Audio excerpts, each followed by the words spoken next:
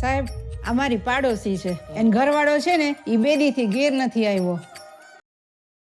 આતા ગુજરાતમાં જે ટ્રેન્ડિંગ ચાલે છે જેમ કે આપણે વાત કરીએ લાલો મૂવી તેને શું કરે છે? રિક્ષા ચલાવે છે. બોલો સાહેબ ક્યાં જવું છે બોલો. જુનાગઢ ફરવું છે ફેરાવ. જુનાગઢ ફરવું 1500 થાય ફેરવી દો બોલો. નામ હું છે તમારા ઘરવાળાનું? લાલુ.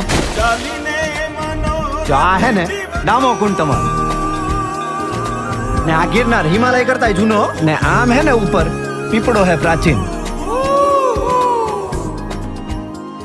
કઈ સૂંઘવાની પીવાની કઈ લત છે કઈ? તમને ખબર પડે એમને ક્યાં હોદવા જવા અમારે? ક્યારેક ક્યારેક પીતા હતા. ક્યારેક કે રોજ? રોજ. નાની રગઝગ થઈ હતી. ફોટો પાડી શકું તમે? હા અહીં ઊભા રહ્યો ને. આયા ઈ રાત પછી પાછા નથી આવ્યા.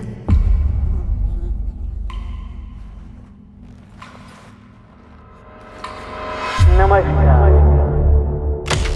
સંસારનો આ નિયમ છે કે આપણે સૌએ કંઈક તકલીફો જોવી પડે. આયા હું હે ને ગઈકાલે આવ્યો તો ને ભરાઈ ગયો તો. એ આ કોકને મોકલો આયા હે ને લોક મારેલું હે ભાઈ.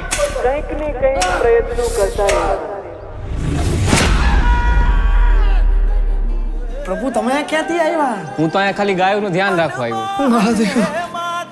એક દારૂડિયાની લાશ મળી છે, મોઢું વર્તાતું નથી. તમે જેના દારૂડિયો કહો છો ને એ મારો દીકરો છે હો સાહેબ. એ મારા ઘરે 5 વર્ષની દીકરી હે. બાયડી રાહ જોતી હશે. કાઢો મને કાઢો કાઢો રે એ કાઢે. તમને લાશ તો મોઢું બતાવી દે.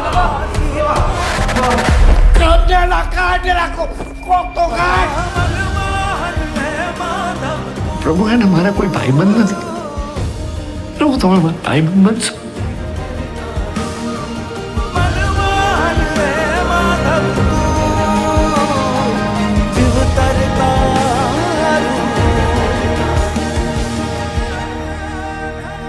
તમને ખબર છે એવું કહેવાય છે કે કૃષ્ણ ભગવાન એમના ભક્ત નરસિંહ મહેતા માટે 52 વાર અહીંયા આવ્યા છે જુનાગઢ.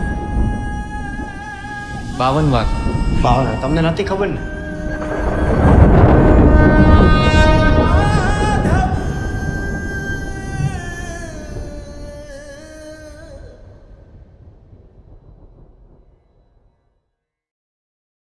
આતા ગુજરાતમાં જે ટ્રેન્ડિંગ ચાલે છે જેમ કે આપણે વાત કરીએ લાલો મૂવી તેને આખા ઇન્ડિયામાં આખા ઓલ ઇન્ડિયામાં ધૂમ મચાવી છે અને બહુ જ બૂમ પડાવી છે. બોલિવૂડ હોલિવૂડને પણ ચકમો આપ્યો છે એવું લાલો મૂવી જેનું આપણે બચત કરીએ તો 50 લાખનું મૂવી છે અને અત્યારે ઓલ ઇન્ડિયામાં બધી જ દુનિયામાં બૂમ પડાવે છે લાઈશ.